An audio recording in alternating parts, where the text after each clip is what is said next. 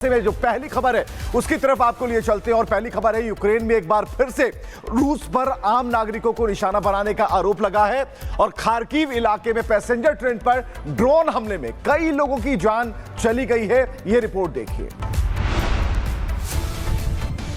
Ukraine के Kharkiv क्षेत्र में पैसेंजर ट्रेन पर रूस ने ड्रोन हमला किया जिसमें 4 लोगों की मौत हो गई। हमले के बाद ट्रेन में भीषण आग लग गई जिससे अफरा तफरी मच गई। ट्रेन में सवार यात्रियों ने बच्चों को गोद में लेकर जलती बोगियों से छलांग लगाई। वहीं राष्ट्रपति व्लादिमीर ज़ेलेंस्की ने इस हमले को आतंकवाद बताया और कहा कि नागरिकों को मारने का कोई सैन्य मकसद नहीं हो सकता। हमले में 2 लोग घायल हुए हैं जबकि 4 अब भी लापता हैं। राहत और बचाव कार्य जारी है।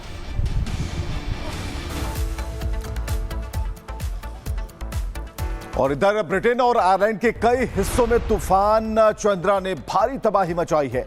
बाढ़ के पानी ने घरों में घुसकर लोगों का जीना मुहाल कर दिया है। ये रिपोर्ट देखिए। बर्बादी की इन तस्वीरों को गौर से देखिए। जहां तक आपकी नजर जाएगी वहां तक आपको सिर्फ सैलाब ही नजर आएगा। तूफान चंद्रा ने ब्रिटेन और आयरलैंड में भारी तबाही मचाई है। इंग्लैंड के डेवॉन इलाके में नदी का पानी उफान पर आ गया जिससे घर और गाड़ियां डूब गई। आयरलैंड के ऑग्रिम इलाके में भी हालात गंभीर रहे। बाढ़ का पानी घरों में घुस गया और कई इमारतों को नुकसान पहुंचा। वहीं प्रशासन हालात पर नजर बनाए हुए है जबकि लोग दहशत में हैं। बात अमेरिका की भयंकर सर्दी ने लोगों की मुश्किलें बढ़ा दी हैं। नैशविल में हजारों लोग कड़ाके की ठंड में बिना बिजली के रहने को मजबूर हो गए हैं। तो उन्हें किस तरीके से परेशानियों का सामना करना पड़ रहा है वो रिपोर्ट के जरिए देखिए। अमेरिका के कई राज्यों में भारी बर्फबारी और बर्फीली बारिश के बाद भीषण ठंड जारी है। टेनेसी के नैशविल शहर में 1 लाख से ज्यादा घरों में कई दिनों से बिजली नहीं है। बर्फ के भारी वजन से पेड़ टूटकर गिर रहे हैं और ट्रांसफार्मर फटने की घटनाएं सामने आई हैं। बिजली न होने की वजह से घरों के अंदर का तापमान 40 डिग्री फ़ारेनहाइट तक गिर गया है। कुछ लोग होटल में शरण ले पाए हैं लेकिन कई परिवार बर्फ से जमी सड़कों के कारण अपने घरों में फंसे हुए हैं। तो अमेरिका में भीषण सर्दी का आलम है। लोग परेशान हैं और इस प्रकोप का दंश हर एक व्यक्ति झेल रहा है लेकिन ये थमने का नाम नहीं ले रहा। बॉस्टन की अगर बात करें तो भारी बर्फबारी के बाद लोग बर्फ का लुत्फ उठाते भी दिखे लेकिन अब भी खतरा बना हुआ है। चारों तरफ बिछी बर्फ की इस सफेद चादर को देखिए। अमेरिका के बोस्टन शहर में भारी बर्फबारी के बाद पार्कों में लोग बर्फ का आनंद लेते नजर आए। राज्य में करीब 2 फीट तक बर्फ गिरी है। हालांकि तूफान के बाद कड़ाके की ठंड अब भी बनी हुई है। देश भर में आर्कटिक हवा के चलते तापमान फ्रीजिंग पॉइंट से नीचे पहुंच गया है। अब तक 35 लोगों की मौत की पुष्टि हुई है। कई इलाकों में लोग वार्मिंग शेल्टर में शरण ले रहे हैं जबकि मौसम विभाग ने इस वीकेंड एक और तूफान की चेतावनी दी है।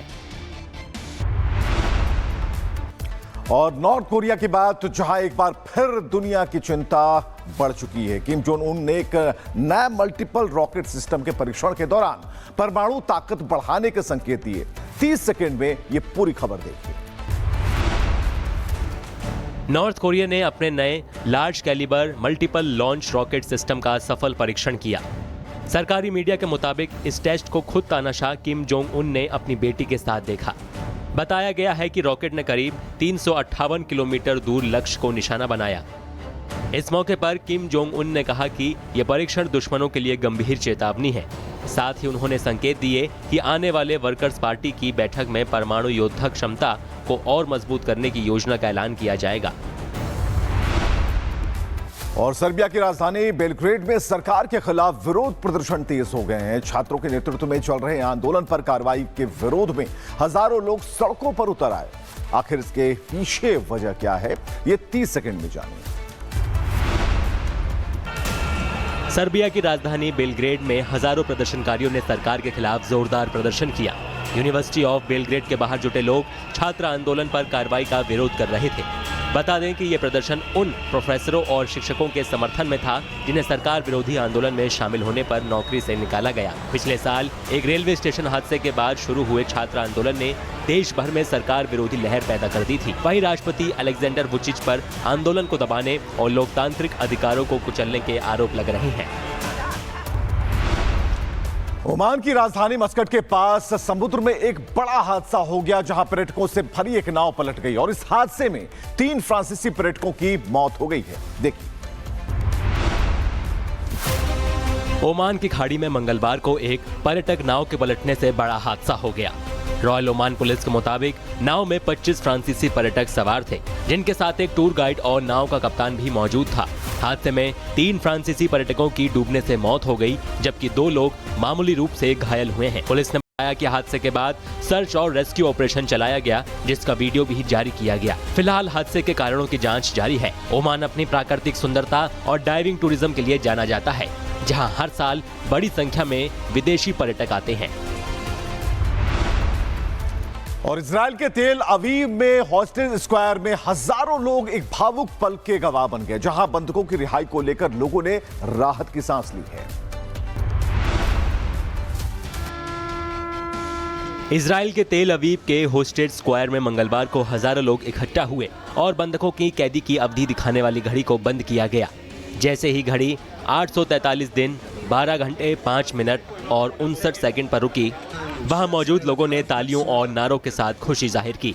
इजराइल और हमास में सीजफायर के तहत अब तक 20 बंधकों और 27 मृत बंधकों के शव इजराइल लौटाए जा चुके हैं, जबकि इजराइल ने करीब 2000 फिलिस्तीनी कैदियों को रिहा किया है।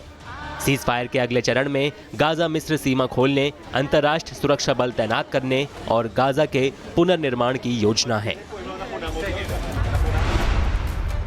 और नासा के एक एयरक्राफ्ट में उड़ान के दौरान तकनीकी खराबी सामने आई और उसके बाद ह्यूस्टन के एलिंगटन फील्ड में विमान की गियर अप इमरजेंसी लैंडिंग कराई गई है। देखिए।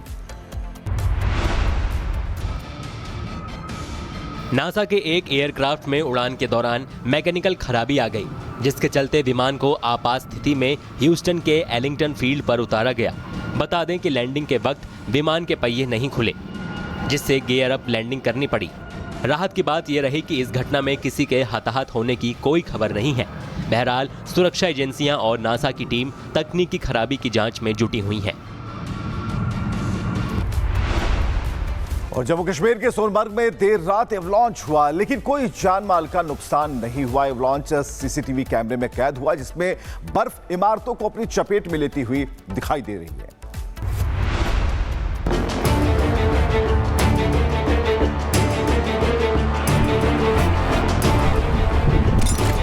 ये तस्वीर जम्मू कश्मीर के सोनमर्ग की है, जहां लगातार जारी बर्फबारी के बीच एवलॉन्च आया।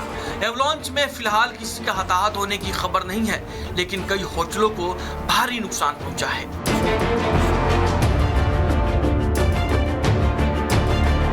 एवलॉन्च मंगलवार रात 10:12 पर गांदरबल के सोनमर्ग रिजॉर्ट के पास आया।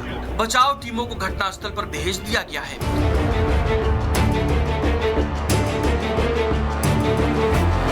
जम्मू कश्मीर में लगातार बर्फबारी जारी है। इसको देखते हुए मौसम विभाग ने एवलॉन्च का अलर्ट जारी किया था। इतना ही नहीं, जम्मू कश्मीर के 11 जिलों में एवलॉन्च की चेतावनी दी गई है।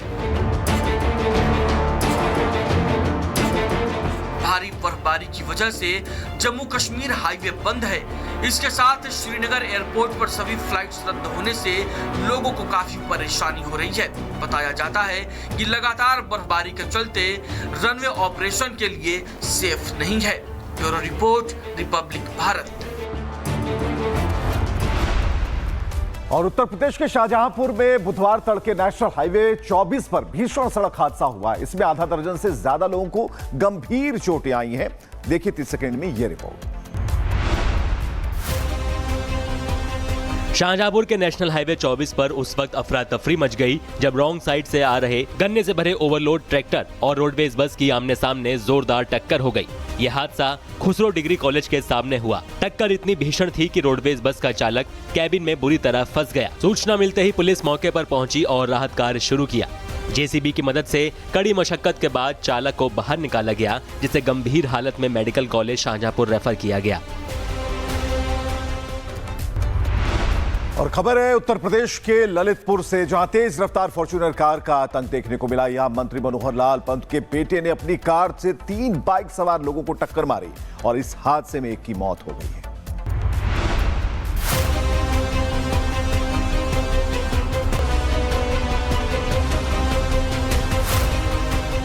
लोगों की भीड़ है, लोग इंसाफ की गुहार लगा रहे हैं। यह तस्वीर है उत्तर प्रदेश के ललितपुर की, जहां यूपी के मंत्री मनोहर लाल पंत की फॉर्च्यूनर कार ने 3 बाइक सवारों को कुचल दिया, जिसमें एक की मौत हो गई जबकि 2 लोग गंभीर रूप से घायल हैं।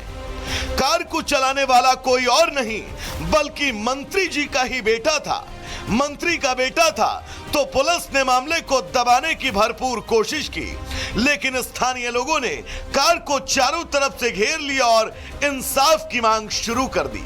बताया जा रहा है कि सिंगल रोड पर मंत्री का बेटा कार को 150 किलोमीटर प्रति घंटे की रफ्तार से चला रहा था।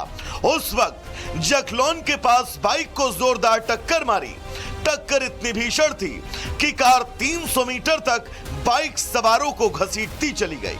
टक्कर से फॉर्च्यूनर कार आगे से चकनाचूर हो गई। इतना ही नहीं, कार के पार्ट सड़क पर साफ साफ देखे जा सकते हैं। लोगों के दबाव में पुलिस ने मामला दर्ज कर लिया। फॉर्च्यूनर कार मंत्री जी की पत्नी के नाम पर रजिस्टर्ड है। उधर अब फरार मंत्री के बेटे की तलाश शुरू हो चुकी है। 2 घायल युवकों का अस्पताल में इलाज चल रहा है, जिनकी हालत गंभीर बताई जा रही है। Bureau report, Republic Bharat.